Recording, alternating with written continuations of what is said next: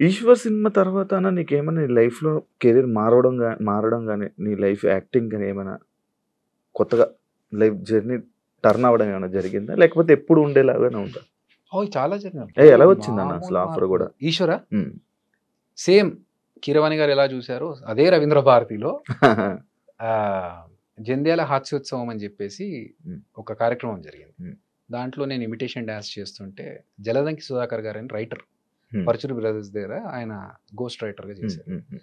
ఆయన జయంత్ గారికి హ్మ్. ఈ సినిమా డైలాగ్స్ రాస్తున్నప్పుడు 'ఈశ్వర్' సినిమా ఫ్రెండ్ క్యారెక్టర్‌కి అబ్బాయి బావుంటాడు సార్ కొంచెం అంటే అందులో 'ఈశ్వర్‌లో' ప్రభాస్ అన్న ఫ్రెండ్ పక్కన హ్మ్. ఫ్రెండ్‌లో అవును. ఒకడికి సినిమా పిచ్చి. అవును. ఆ క్యారెక్టర్‌కి నా డాన్స్ ఇమిటేషన్ చూసి అరే! ఈడైతే కరెక్ట్‌గా యాప్ట్ అని చెప్పేసి పిలిపిచ్చారు. హ్మ్. హ్మ్. పిలిపిచ్చి ఆడిషన్స్ చేస్తే ఈ క్యారెక్టర్‌కి బాగా సూట్ అవుతావు నువ్వు అని చెప్పేసి ఆ క్యారెక్టర్‌లో పెట్టాడు. హ్మ్. నాకు చెప్పడం ఏంటంటే 'ఈశ్వర్‌లో' ఫస్ట్ ఈ సినిమాలో ప్రభాస్ అండ్ నలుగురు గ్యాంగ్‌లో హ్మ్. నువ్వు ఒక్కడివే కొంచెం బుర్రవాడి పనులు చేసేవాడివి. హ్మ్. ఎందుకంటే డబ్బులన్నీ నీ దగ్గరే ఉంటాయి. నువ్వు హ్మ్. డబ్బులు సంపాదించేవాడు. మిగతా వాళ్ళంతా నీ దగ్గర డబ్బులు తీసుకొని ఎంజాయ్ చేసే బ్యాచ్. హ్మ్. హ్మ్. సో, ప్రభాస్ అన్నని ఏదన్నా అనగలిగే కెపాసిటీ నీకొక్కడికే ఉంటది ఈ సినిమాలో అన్నాడు. హ్మ్. అన్నట్టుగానే ఆ సినిమాలో హీరోయిన్ గురించి ఒక చిన్న సీన్ వచ్చినప్పుడు నేను తిట్టేస్తా. హ్మ్. ఏంట్రా దాని వెంట పడుతున్నావు ఊరుకూరికే? హ్మ్. నీకు పనేం లేదా అని చెప్పేసి. సో, మిగతా వాళ్ళెవరు అలా ఉండరు. నా హ్మ్. క్యారెక్టర్ అలాంటిది. హ్మ్. సో, అలా డిజైన్ చేసుకున్న క్యారెక్టర్‌కి ఆడిషన్స్‌లో నన్ను సెలెక్ట్ చేసి హ్మ్. అక్కడి నుంచి నా సినిమా లైఫ్ స్టార్ట్ అయింది. హ్మ్. అప్ అండ్ డౌన్స్, క్యారెక్టరైజేషన్ చేంజ్‌లు చాలా జరిగాయి. హ్మ్. యాస్ ఎ ఫ్రెండ్‌గా ఎంటర్ అయ్యాను. హ్మ్. మధ్యలో కొన్ని రోజుల తర్వాత ఒక చిన్న 2 సినిమాలు హీరోగొచ్చాయి. హ్మ్. ఇవి వర్కౌట్ అవ్వట్లేదని చెప్పేసి మళ్ళీ సాఫ్ట్‌వేర్‌కెళ్ళాను. జాబ్ చేసుకుంటూనే మళ్ళీ టీవీకొచ్చాను. హ్మ్. 'జబర్దస్త్' ద్వారా అంటే అంతకుముందు యాంకర్‌గా వచ్చా. హ్మ్. యాంకర్‌గా కొన్ని అవును. షోస్ కొన్ని చేశాను. షోస్ చేసావు. చేసిన తర్వాత మళ్ళీ 'జబర్దస్త్' వచ్చింది. 'జబర్దస్త్‌లో' ఒక కమెడియన్‌గా చేసుకుంటూ వచ్చా. So, hmm. There are lot of changes. Hmm. I am enjoying the journey. ఇవన్నీ నీకు ఎక్స్‌పీరియన్స్‌తో చేసావా అన్న? లేకపోతే ఇందులోకి రాగానే అవి నేర్చుకొని చేసినవా? లైక్ ఏవి? నేనంటే ఇప్పుడు ఒక యాంకర్ చేసావు. నువ్వు యాక్టింగు ఇంట్రెస్ట్‌తో వచ్చేసావు. అంటే ఎక్కడైనా నేర్చుకొని వచ్చావా? లేదు. డైరెక్ట్‌గా మనకు వచ్చేసావు. డాన్స్ వచ్చు. డాన్స్ డా ద్వారానే యాక్టింగ్. వాళ్ళిచ్చిన సీన్‌ని మనం ఎన్హాన్స్ చేసుకొని చూపిస్తున్నామా లేదా అనే ద్వారా యాక్టింగ్ వచ్చింది. యాక్టింగ్. దాని తర్వాత యాంకరింగ్. అవును. యాంకరింగ్ కూడా నీకు రాదు. వచ్చానా ముందు యాంకరింగ్? అంతకుముందు ఎప్పుడు చేయలేదు. అంతకుముందు ఎప్పుడు చేయలే. సో, వాళ్ళెప్పుడైతే పిలిచి ఇట్లా ఈటీవీలో మేము టీవీ హ్మ్. షో స్టార్ట్ చేస్తున్నాము. హ్మ్. మీరు యాంకరింగ్ చేస్తారంటే నాకు ఎక్స్‌పీరియన్స్ లేదు అంటే మేము గైడ్ చేస్తాం మీరు రండి అన్నారు. హ్మ్. సో, అప్పుడు నేను జాబ్ చేస్తున్నాను. హ్మ్. సో, ఇదో మంచి ఆపర్చునిటీ మనకని చెప్పేసి నేను అదే. వచ్చేసాను. అదే. నీ జర్నీలో మొత్తం అన్నీ నాకు నీకు రానివే అలా జరుగుతూ ఉన్నాయా? అలా వస్తున్నా పోతున్నాయి. కానీ వచ్చిన దాన్ని మాత్రం నేను 100% ఎఫర్ట్స్ పెట్టి హ్మ్. దాని మీద హోమ్ వర్క్ చేసుకొని హ్మ్. ఫర్ ఎగ్జాంపుల్ యాంకరింగ్ అన్నప్పుడు ఓకే. ఆ టైంలో ఉన్న యాంకర్స్ ఎవరు? హ్మ్. వాళ్ళు చేస్తున్న పద్ధతులేంటి? మనం వాళ్ళకంటే డిఫరెంట్‌గా చేయాలంటే ఏం చేయాలి? Hmm. So, if you see యాంకరింగ్‌లో డాన్స్‌తో స్టార్ట్ చేసింది ఫస్ట్ మేమే. హ్మ్. అవును. నేను నాతో పాటు ఇంకొక అమ్మాయి అలేఖ్య అని ఉండేది. హ్మ్. సో, ఇంట్రడక్షన్ షో స్టార్ట్ అవ్వాలి యాంకర్‌ది అన్నప్పుడు ఫస్ట్ ఇంట్రడక్షన్ వచ్చి ఒక డాన్స్ చేసి తర్వాత హాయ్, హలో, నమస్తే, welcome this is Abhinay Krishna. హ్మ్. సో, ఆ స్టార్ట్ అనేది అక్కడి నుంచే స్టార్ట్ అయింది. హ్మ్. హ్మ్. దాని తర్వాత ఇప్పుడు వేరే యాంకర్స్ డాన్స్‌లు చేస్తూ మాట్లాడడం ఇయన్నీ తర్వాతొచ్చినియి. హ్మ్. హ్మ్. కానీ అదొక ఓకే. అప్పుడు లేదు మేము కొత్తగా స్టార్ట్ చేయాలని. ఒక యాంకర్‌గా ఇంకేం చేయొచ్చు? హ్మ్. ఒక బ్రేక్ చెప్పేటప్పుడు ఎలా చెప్పొచ్చు? హ్మ్. సో, ఆ వర్క్ అయితే చేశాం. హ్మ్. హ్మ్. నన్ను అందరూ మురళీమోహన్ గారు దానికి జడ్జ్ నేను చేసిన షోకి. హ్మ్. హ్మ్. సో, ఆయన చాలా అప్రిషియేట్ చేశారు ఆ విషయాన్ని. ఎందుకంటే నార్మల్‌గా అందరూ hi let's take a break now అన్నారు. వెల్కమ్ బ్యాక్ అంటున్నారు. నేనన్నాను సార్ ఇలా కాదు నేనేదో కొత్తగా చేస్తేనే కదా నన్ను యాంకర్‌గా రికగ్నైజ్ చేస్తారు. ఓకే. తింటున్నారా? తింటూనే ఉండండి. హ్మ్. మీరు తిని చెయ్యి కడుక్కునే లోపు మళ్ళీ వచ్చేస్తాం. హ్మ్. యాడ్ చేద్దాం అవును. సార్. అవును. ఈ మాట చెప్పినప్పుడు మురళీమోహన్ గారు ఎపిసోడ్ టెలికాస్ట్‌లో చూస్తూ కరెక్ట్ నేను తింటున్న టైంలోనే వచ్చిందయ్యా నువ్వు చెప్పిన మాట. అరే! భలే కనెక్ట్ అయ్యామే అనుకున్నాను అన్న. హ్మ్. సో, మనకు తెలుసు ఏ టైంలో ఈ ఎపిసోడ్ పడుతుంది. ఆ టైంలో జనాలు ఏం చేస్తా ఉంటారు. హ్మ్. హ్మ్. హలో మాస్టారు ఏంటి అటు ఇటు చూస్తున్నారు? ఇక్కడ చూడండి సార్. హ్మ్. మా ఎపిసోడ్‌లో బ్రేక్ తీసుకుంటున్నాం. ఈ గ్యాప్‌లో మీరేమైనా చేసుకుంటే చేసుకొచ్చేసేయండి. ఇవన్నీ మీరు క్రియేట్ చేసింది. Of course. హ్మ్. సో, హ్మ్. అలా చేసి హ్మ్. ఇవన్నీ చెప్తే వాళ్ళకి ఇది బావుంది. కొత్తగా ఉంది. చేసుకోవచ్చు. కంటిన్యూ. హ్మ్. నీకు యాంకర్స్‌లో నీకొక స్పెషలైజేషన్ ఒక డిఫరెంట్‌గా చేయడానికి ఇది నీకు సరిపోతది అని. హ్మ్. హ్మ్. అట్లా నాకు వచ్చిన దాన్ని నేను ఇంకెంత బెటర్‌గా చేయొచ్చు అనేది చేసుకుంటూ పోయాను. హ్మ్. Same example 'Jabardasth.' హ్మ్. 'జబర్దస్త్‌కి' నేను ఒక యాంకర్‌గా ఉన్నప్పుడు నన్ను పిలిచారు హ్మ్. As a team leader. హ్మ్. ఇప్పుడు నేను 'జబర్దస్త్‌లోకొచ్చా. హ్మ్. అక్కడ 6 టీమ్ లీడర్స్ ఆల్రెడీ ఉన్నారు. హ్మ్. 5 ఉన్నారు. నేను ఆరో వాడిని. హ్మ్. నాకు వాళ్ళకి ఏదన్నా ఒక డిఫరెన్షియేట్ ఉండాలి. సో అందరూ సేమ్ కామెడీ చేస్తున్నారు, అందరూ సేమ్ స్టైల్లో చేస్తున్నారు అంటే కాదు. నాకున్న టాలెంట్ ఏంటి, మనకున్న ఫేస్కి కామెడీ ఫేస్ కాదు. దీన్ని 100 ఎక్స్ప్రెషన్స్ ఇంక్లూడ్ చేసి 100 కష్టాలు పడితే తప్ప ఒక సింపుల్గా పేలే పంచ్ని నేను పేల్చలేను. సో అలా ఉన్నప్పుడు నేనేం చేయాలి, ఇంకొక రకంగా ఎలా ఇంప్రెస్ చేయాలి అంటే ఓకే లెట్స్ థింక్ క్రియేటివ్. అట్లా ఆలోచించి జబర్దస్త్లో ఒక 10 క్రియేటివ్ థింగ్స్ నేను చేసినాయి నాకు గర్వంగా చెప్పుకోగలుగుతా. ఒకటి, సెలబ్రిటీతో స్కిట్ చేయించడం ఫస్ట్ నేను చేశాను, తెలంగాణ శకుంతలమ్మతో చేసి. దాని తర్వాత ఒక డిజిటల్ టీవీ పెట్టుకొని టీవీలోంచి ఒక పర్సన్ మాట్లాడుతూ ఉంటే బయట నుంచి నేను కౌంటర్స్, అది నేను చేశాను. తోలుబొమ్మలు చేశాను, తమిళ్ డబ్బింగ్ స్కిట్ చేశాను, వైట్ అండ్ వైట్ వేసుకొని ఒక రౌడీ షీటర్ ఎలా ఉంటాడు రియలిస్టిక్, అది నేను చేశాను. అలాద్దీన్ చేశాను, టామ్ అండ్ జెర్రీ చేసాం. ఈ మన స్కేట్స్ వేసుకొని ఫస్ట్ స్కిట్ చేసింది నేనే, ఓవర్ బోర్డు మీద స్కిట్ చేసింది. సో ఇలా ఎస్, నువ్వు నీ జబర్దస్త్లో ఏం పీకేవరా, నువ్వు ఎన్ని స్కిట్లు ఏం చేసావు, అసలు నీ స్కిట్లు ఏదైనా గుర్తున్నాయంటే ఎస్, నేను ఒక 10 కొత్త వేరియేషన్స్ ఇచ్చాను స్కిట్స్. ఆ సాటిస్ఫాక్షన్ చాలు. అంటే జీవితం గురించి మీ ఫిలాసఫీ ఏం చెప్తావా? మారుతూ ఉంటుంది బ్రో. జీవితం అంటే ఎక్స్పీరియన్స్తో పాటు మన ఒక ఫిలాసఫీ కానీ మన డెఫినిషన్స్ కానీ మారుతూ ఉంటాయి. తెలిసిన వాళ్ళు ఎవరో టక్కున చనిపోయారు అనుకో, ఇంతే లైఫ్, ఎప్పుడు ఉంటామో ఎప్పుడు పోతామో తెలియదు, ఉన్న రోజులు కరెక్ట్గా ఉండాలి, హ్యాపీగా ఉండాలి, చేయాల్సినవన్నీ చేసేసుకోవాలి తొందరగా అనే ఒకటి ఉంటుంది. నేను మాత్రం ఫీల్ అయ్యేది ఏంటంటే మన వల్ల ఇంకొకటి బాధపడొద్దు. మనం వాడిని సంతోష పెట్టకున్నా పర్లేదు, కానీ మన వల్ల ఇంకొకటి బాధపడకూడదు, ఇంకొకటి మోసం చేయకూడదు, అప్పు తీసుకోవద్దు ఎవరి దగ్గర. మన లైఫ్ మనం చేసుకుంటూ వెళ్ళిపోవాలి. అప్పు తీసుకోవడం తప్ప? నా విషయంలో తప్పు. ఎందుకు? అదొక బర్డెన్. ఎందుకు? నువ్వు సంపాదించుకునే స్తోమత నీకు దేవుడు ఇచ్చినప్పుడు, నీకు కాళ్ళు చేతులు ఇచ్చి నువ్వు వర్క్ చేసుకునే కెపాసిటీ ఇచ్చినప్పుడు ఎందుకు నువ్వు ఇంకొకటి దగ్గర వెళ్తావు? అంటే అతను కష్టపడి సంపాదించుకున్నదే కదా, ఎందుకు అతని దగ్గరికి వెళ్ళి నువ్వు అడగడం? అంటే ఇప్పుడు సడన్ గా ఇబ్బంది వచ్చింది మనకి లైఫ్ లో, ఎందుకు వస్తుంది ఇబ్బంది? ఫర్ ఎగ్జాంపుల్, నేను కార్ కొనుక్కుంటాను, కార్ కట్టడానికి డబ్బులు లేవు, ఈఎంఐ కట్టడానికి డబ్బులు లేవు. నాకు నా పరిస్థితి తెలుసుకొని కూడా నేను ఎందుకు కార్ కొనాలి? నేను ఈఎంఐ కట్టలేని పరిస్థితిలో ఉన్నప్పుడు నేను కార్ ఎందుకు కొనాలి? అలాంటి పరిస్థితుల్లో కార్ అమ్మేసుకోవాలి. వద్దు, బీ ప్రాక్టికల్ శివ. ఎందుకంటే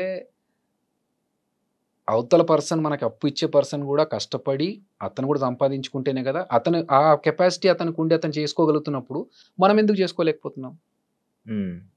సో నేను కొన్ని పెట్టుకున్నాను అట్లా, ఎవరిని హర్ట్ చేయొద్దు, లేకపోతే మన వల్ల ఇంకొకటి బాధపడొద్దు, మన పని మనం చేసుకుంటూ పోవాలి. ఎందుకు వేరే వాళ్ళ దాంట్లో మ్యాటర్స్లో తలదూర్చడాలి? ఇవన్నీ ఫినాన్షియల్ ఓకే అన్న, ఐఎమ్ హ్యాపీ. సంపాదించుకున్నా, నేను కష్టపడి సంపాదించుకున్నా.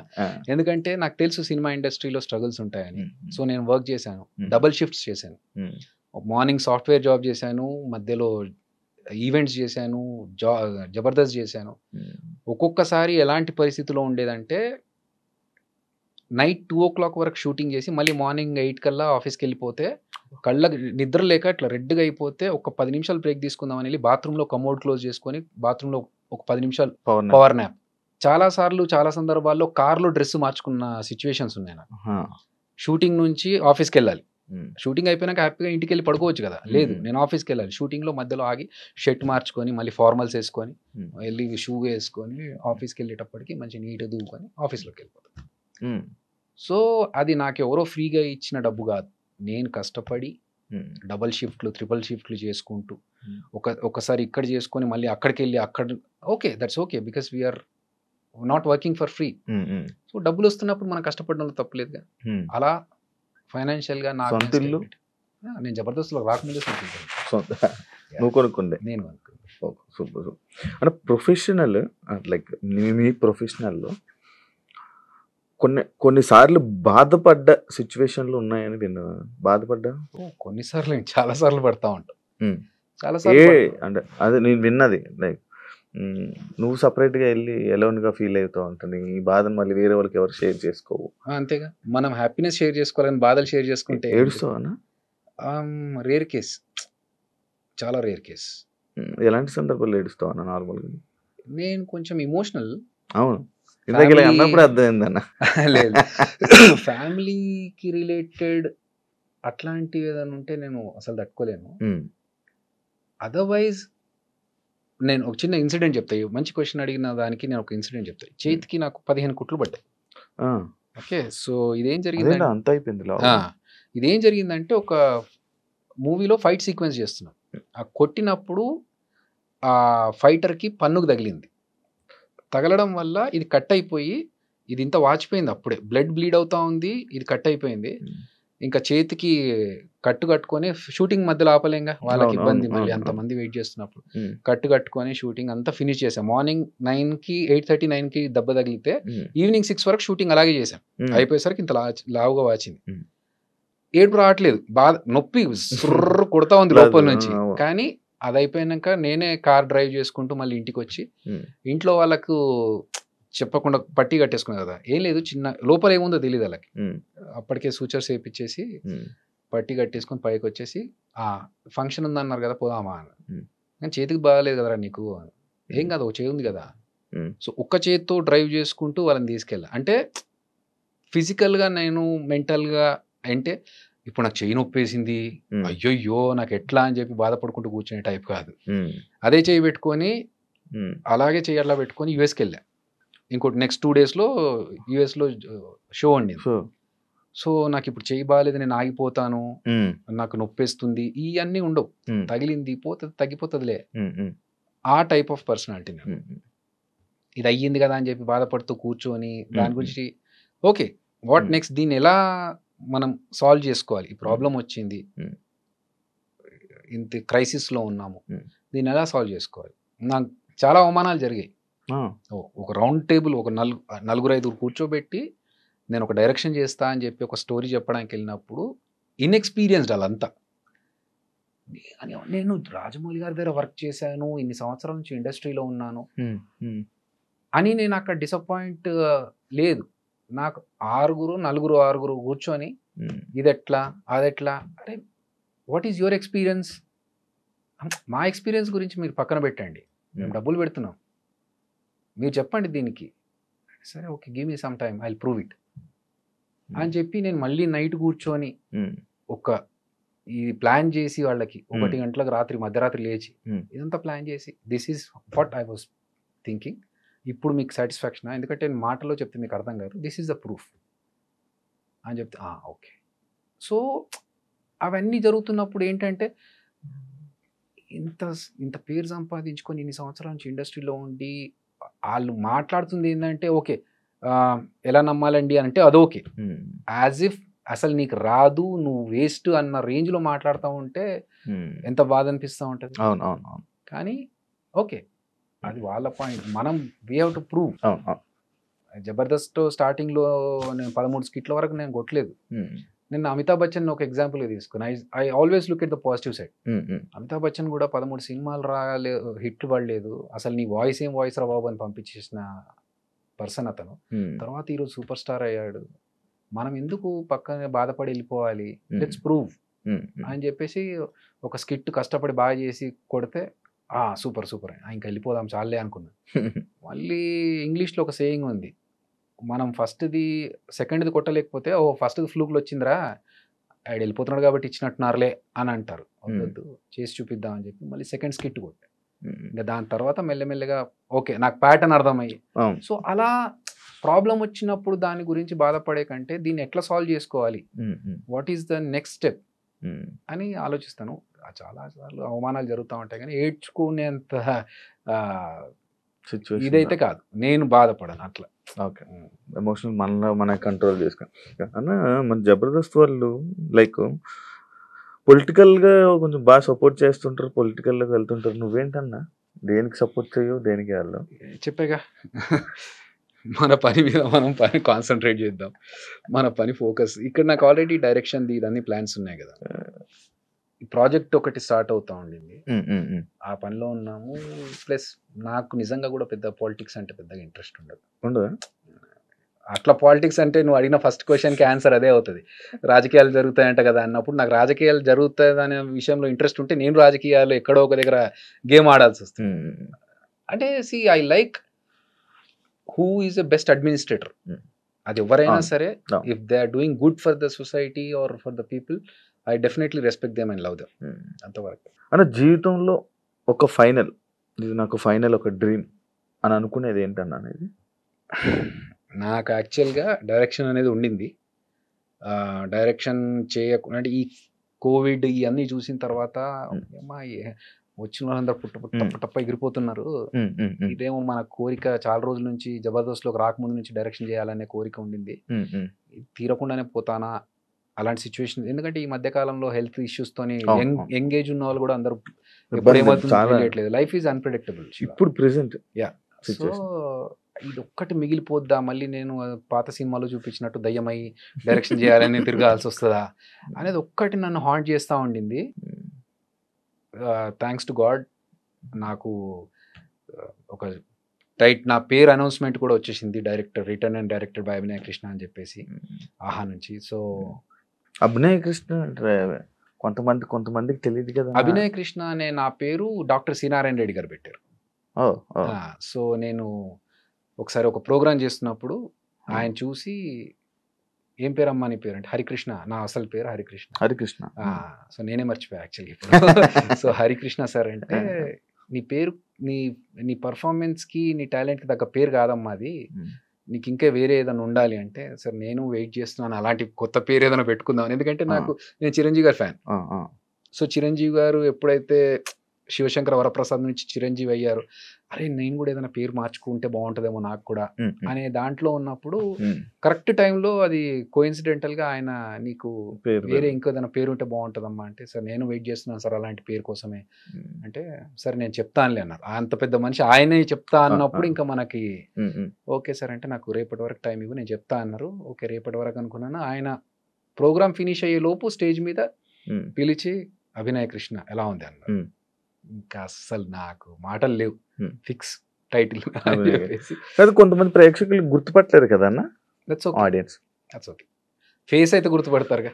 ఫేస్ గుర్తుపడతారు చాలే. ఇప్పుడు వేణు వండర్స్, టిల్లు వేణు ఎల్దండి. సో అభి అనేది అయితే ఉంది, అభినయ్ కృష్ణ.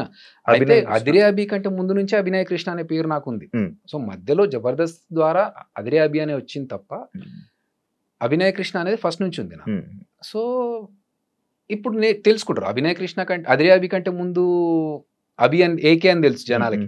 నేను రంగం అనే ప్రోగ్రామ్ లో బ్యాండ్ ఉండేది నాకు, మా టీవీలో రంగం అనే ప్రోగ్రామ్ చేసినప్పుడు ఏకే అనే బ్యాండ్ ఉండేది.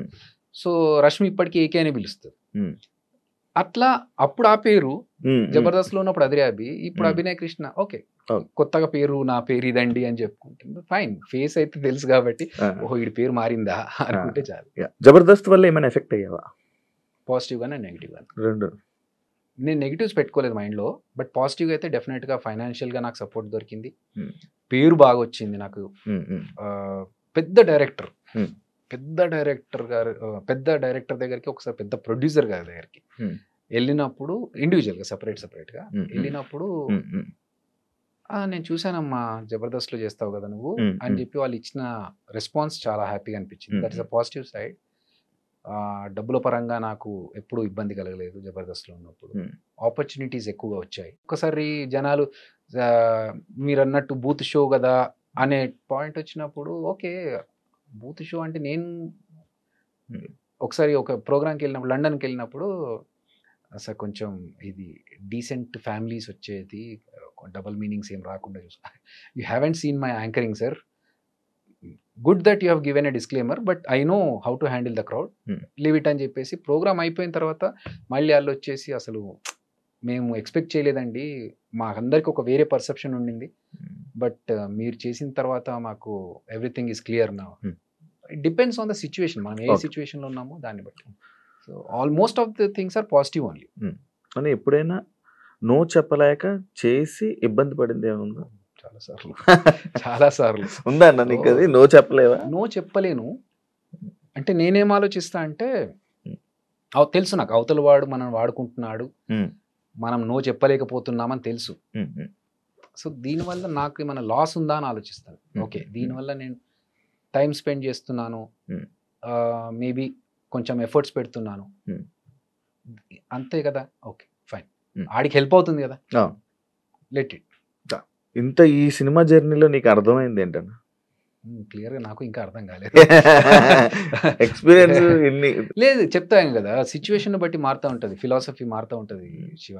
ఇప్పుడు రాజా రవీంద్ర గారితో నిన్న ఏదో టాపిక్లో మాట్లాడుతూ అంటే, నీ వల్ల కాదు అభి, నువ్వు నీ ప్యాటర్న్ అది కాదు అసలు, నువ్వు అలా చేయలేవులే అంటే, అవుట్ ఆఫ్ ద బాక్స్ వెళ్ళి నేను ఇది ఇలా కాకుండా నేను కూడా స్ట్రిక్ట్గా ఇలా ఉండాలి అలాగే ఉండాలి అని అనుకుంటున్నా అన్న అంటే, నీ పని కాదయ్యా, నువ్వు అలాంటి పర్సన్ కాదు, నీ సాఫ్ట్ నేచర్, నువ్వు అలా చేయలేవు. So depends. కొన్నిసార్లు నేర్చుకున్నది ఏంటి అంటే, పర్టికులర్గా ఇదేం చెప్పలేం కానీ ఒక్కొక్క మైల్ స్టోన్ ఒక్కొక్క లెసన్ మనకి, ఒక్కొక్క ఇన్సిడెంట్ ఒక్కొక్క లెసన్. ఓకే, ఇలాంటి వాళ్ళని నమ్మొద్దు, ఇలాంటి వాళ్ళతో మంచిగా ఉండాలి, ఇలాంటి దాంట్లో ఓకే ఇలా ఇంకొకరిని హర్ట్ చేయొద్దు, అవి ఎవరిని చూస్తున్నా కూడా నేర్చుకుంటాను. ఎందుకు తక్కువ ఇంటర్వ్యూలు తక్కువ పబ్లిక్లోకి ఎందుకు వస్తాను ఏమో తెలియదు. నాకు వచ్చిన దాంట్లో చూజీగా ఓకే మనకు తెలిసిన వాళ్ళు, ఇప్పుడు నువ్వు అడిగావు ఓకే అన్నాను. సో అట్లా బాగా తెలిసిన వాళ్ళు అయితే ఓకే, అదర్వైజ్ ఎక్కువగా ప్రతి ఒక్కరు అంటే అవతల వాళ్ళకి హెల్ప్ అవుతుందని చెప్పేసి చేయడం వరకు ఓకే, కానీ అది ఎక్స్ట్రీమ్ వెళ్ళిపోకూడదు. వాళ్ళు ఏంటంటే ఇది చిన్న విషయానికి పెద్ద విషయానికి అన్నిటికీ నువ్వు వచ్చేసి కూర్చో ఇక్కడ మాట్లాడాలి అంటే, అక్కడ నో చెప్తే బాగుంటుంది కదా అనేది అక్కడి నుంచి కొన్ని ప్లేసెస్లో అవాయిడ్.